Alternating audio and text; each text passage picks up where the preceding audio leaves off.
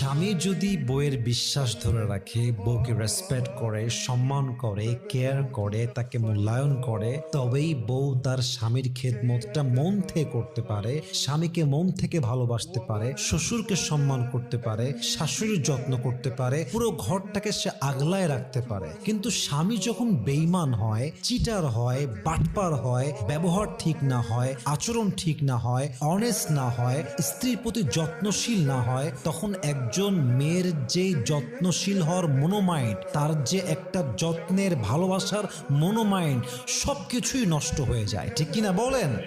অনেকে মেয়েকে বলে, তুমি তোমার স্বামীকে সম্মান করো না কেন, ভালোবাসো না কেন, খেদমত করো না কেন, টেক কেয়ার করো না কেন? কিন্তু কেউ এটা বুঝতে চায় না যে স্বামী এতটাই খারাপ, একজন বউ চাইলেও সে কখনো মন থেকে সেবা করতেই পারে না। ঠিক কিনা বলেন?